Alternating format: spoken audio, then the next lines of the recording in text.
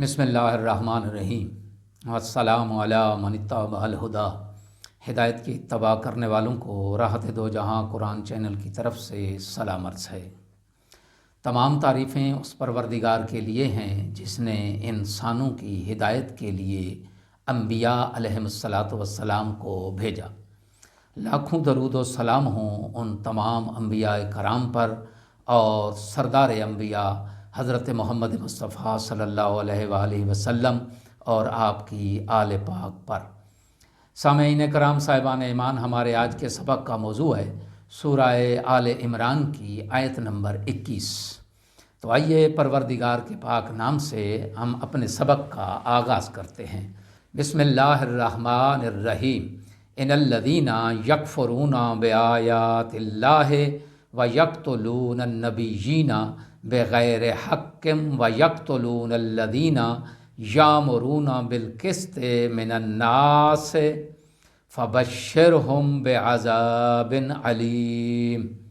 ترجمہ: جو لوگ اللہ کی آیات کا انکار کرتے ہیں اور انبیاء کو ناحق قتل کرتے ہیں اور لوگوں میں سے انصاف کا حکم دینے والوں کو بھی قتل کرتے ہیں، انہیں دردناک عذاب کی خوشخبری سنا دو۔ آیت کی تفسیر۔ اس آیت میں اہل کتاب کو بالعموم اور یہودیوں کو بالخصوص بے نقاب کیا جا رہا ہے۔ ان الذین یکفرون بآیات اللہ، کہ وہ آیات الہی کی تکذیب کرتے ہیں، اللہ کی آیات کو جھٹلاتے ہیں، اور دوسرا ظلم یہ کرتے ہیں کہ وہ نبیوں کو قتل بھی کرتے ہیں، وہ نبیوں کو ناحق قتل کرتے ہیں، کیونکہ ان لوگوں نے ایک دن میں پہر دن چڑھتے چڑھتے 43 انبیاء علیہم الصلاۃ والسلام کو قتل کر ڈالا تھا۔ ان کم بختوں کی نصیحت کے واسطے 112 خدا کے بندے کھڑے ہو گئے تھے، جنہوں نے ان کی مذمت کی کہ انبیاء کو کیوں قتل کیا ہے، تو ان شریروں نے ان بیچاروں کو بھی تاہ طے کر دیا تھا۔ اور چونکہ حضرت رسول اکرم صلی اللہ علیہ وآلہ وسلم کے زمانے کے یہودی بھی اس ناشائستہ حرکت سے خوش تھے، تو ان کی تنبیہ کے لیے یہ آیت نازل ہوئی۔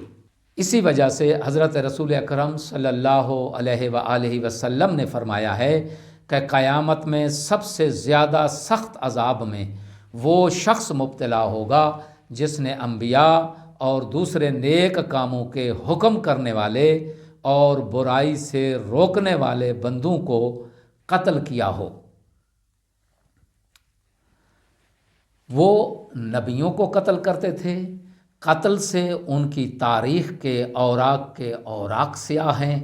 انہوں نے حضرت زکریا اور یحییٰ علیہ الصلاۃ والسلام کا قتل کیا، اور حد یہ ہوئی کہ حضرت عیسیٰ علیہ الصلاۃ والسلام کے اقدام قتل میں بھی وہ لوگ شامل تھے۔ یہ اقدام قتل سب کو معلوم ہے۔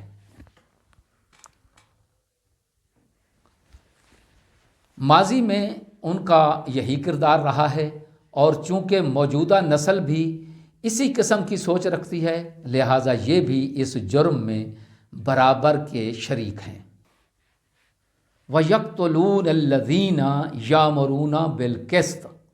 اس سے یہ معلوم ہوتا ہے کہ انبیاء کے بعد عدل اور انصاف کی دعوت دینے والوں یعنی علماء کا درجہ آتا ہے۔ یہ لوگ حق اور انصاف کے دائیوں کو بھی قتل کرتے تھے۔ اسی بنا پر حضرت رسول اکرم صلی اللہ علیہ وآلہ وسلم نے جناب عمار یاسر سے فرمایا تھا کہ تجھ کو ایک باغی گروہ قتل کرے گا، تو ان کو بہشت کی طرف بلاتا ہوگا اور وہ تجھے دوزخ کی طرف بلائیں گے۔ آخر میں دعا ہے کہ خداوند عالم ہمیں کلام پاک میں تأمل اور تدبر کرنے اور اس پر عمل کرنے کی توفیق عظیمہ عنایت فرمائے۔